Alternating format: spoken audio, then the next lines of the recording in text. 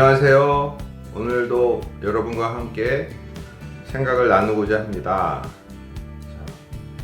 교회에서는 누가 가장 중요할까요? 성도들도 물론 중요하지만 무엇보다 목회자, 또 장로와 같은 그런 고위직들이, 고위라고 하기가 뭐하지만 하여튼 중요한 역할을 감당하고 있을수록 중요하겠죠. 근데 한국 교회에서는 목사가 여러 가지 더 큰 영향력을 발휘하고 있기 때문에 한국 교회의 문제점에 있어서 그 지도자로서 목사 또 장로에까지 책임이 큽니다. 그런데 우리는 그런 것에 대해서 잘 생각하지 않고 지나가는 경우가 있습니다. 물론 매스컴에서 목사들이 세습하고 뭐 이러면은 거기에 대해서는 떠들고 있지만 실제적으로 교회 안에서는 그런 것들에 침묵하고 있습니다. 물론 그것도 성도들의 책임이기는 하지만 목사의 책임이 더 큰 것이겠죠. 그래서 이런 상황을 보면 참으로 답답한 마음이 듭니다. 여러분은 어떻게 생각하십니까? 목사가 또 장로가 하나님의 대리인으로 생각하십니까? 물론 목사와 장로는 교회의 지도자이긴 하지만 하나님을 완전히 대체하는 하나님 같은 사람, 그런 존재는 아닙니다. 그런데 그렇게 자꾸 생각하죠.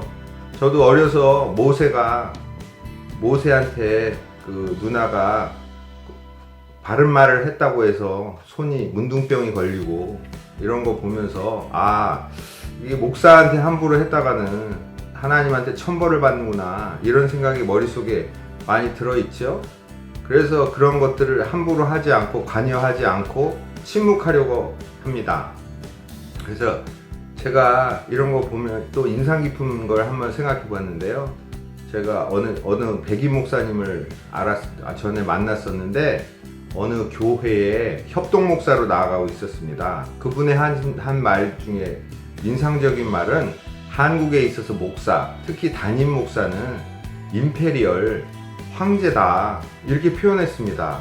그래서 한 교회의 목사가 황제처럼 군림하는 것을 보고 자기는 좀 진짜 이해가 하지 않았다, 이렇게 얘기하는 것을 들었습니다. 여러분은 어떻습니까?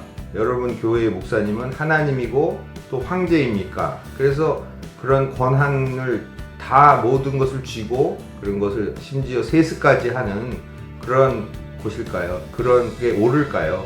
물론 작은 교회에는 해당치 않은 얘기지고, 오히려 작은 교회는 성도 하나가 오면 정말 그분을 황제처럼 대접하고 하는 경우가 대접하겠지만, 큰 교회에 있어서는 완전히 거꾸로 되는 모습을 봅니다. 이런 것들이 시정돼야 할 것 같습니다. 한국 교회의 문제는 목사와 성도들이 목사를 황제처럼, 또 나아가서는 하나님처럼 대하는 데 있습니다. 이런 것으로부터 벗어나야 합니다. 그래서 저도 젊었을 때 전도사로 사역하고 있을 때 교인들이 목사님한테 할 말을 하지 못했습니다. 전체 교인들 회의하는데 하지를 못해서 제가 아주 정중하게 조심스럽게 얘기했다가 목사님한테 쉽게 말로 찍혔던 적이 있습니다. 저 같은 의사면서 전도사를 할 때도 그러한 일이 있었습니다. 참 답답한 일이죠. 또 어느 교회의 담임 목사님이 이렇게 말씀하시는 거 들었습니다. 교인들을 너무 가르쳐 놓으면 목사가 피곤하다. 그러니까 교인들을 잘 안 가르치는 것이 좋다. 그냥 일사분란하게 하는 것이, 시키는 대로 갈 수 있게 하는 게 좋다, 이렇게 말했습니다. 그래서 참 답답했습니다. 개신교는 만인 제사장서를 말합니다. 그래서 모든 사람들이 하나님 앞에 직접 나간다는 것이죠. 캐톨릭은 누구만 하나님 앞에 나갈 수 있습니까? 신부만 나갈 수 있고, 신부가 곧 교회입니다. 하지만 개신교는 두세 사람이 모인 곳에 내가 그들과 함께 있겠다고 하신 예수님의 약속을 따라서 존재하는 집단입니다. 우리는 하나님께 예수를 통하여 직접 나갈 수 있는 거룩한 제사장입니다. 이런 것을 잊지 않고 교회에 있어서도 목사님도 자기 할 일을 하고 또 성도들도 그것을 잘 해내야 합니다. 민주주의라 함은 옛날의 왕과 달리 뭐가 있냐면 삼권 분립이 되어 있죠. 입법부, 사법부, 행정부가 있어서 서로 견제하고 균형을 갖춥니다. 심지어 한국의 조선시대에서는 왕이 맘대로 하지 못했습니다. 그래서 사간, 바른 말을 왕한테 직언하는 사람들이 목에 칼이 들어와도 바른 말을 해서 왕이 사극을 보면 왕 노릇을 해먹지 못하겠다, 이렇게 내 맘대로 할 수 있는 게 없다, 이런 걸 표현하는 것을 많이 들었습니다. 우리는 어떨까요? 우리는 성도로서도 진정 주 안에서 바로 서서 올바른 제사장의 역할로 하나님 앞에 나아가야 하지만, 교회 전체 이런 제사장들이 교회를 올바르게 운영해야 합니다. 그래서 돈을 맘대로 쓰는 이러한 일이 맘대로 벌어지면 안 됩니다. 힘을 맘대로 혼자 써서도 안 됩니다.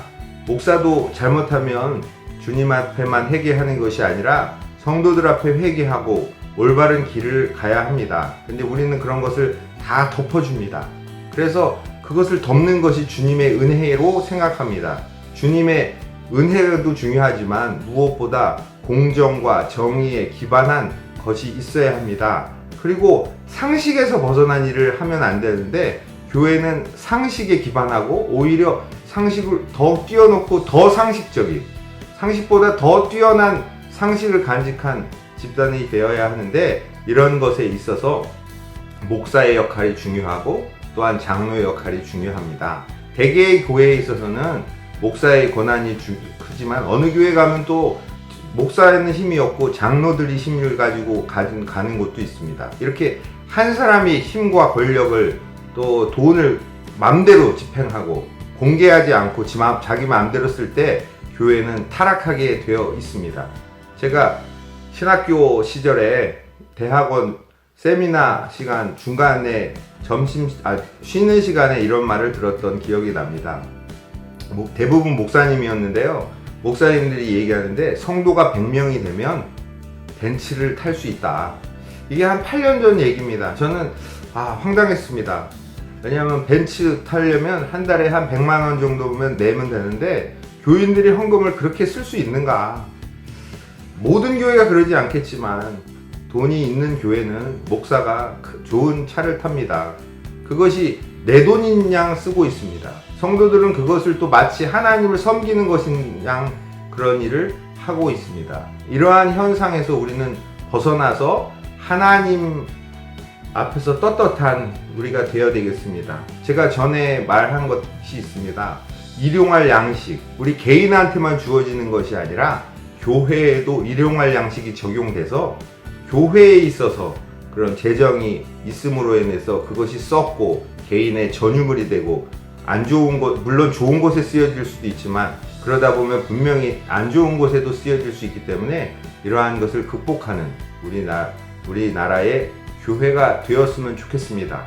예수 안에서 서로를 보듬고 서로가 서로 잘못되면 바로잡아주고, 그것이 목사일지라도 또 성도일지라도 서로 영향을 주고받고 모든 사람들이 의견을 내서 교회가 올바르게 하나님의 뜻에 맞고 상식보다도 더 뛰어난 상식이 통하는 그런 정의로운 또 공정한 그런 교회가 이 땅에 이루어지기를 소원해 봅니다.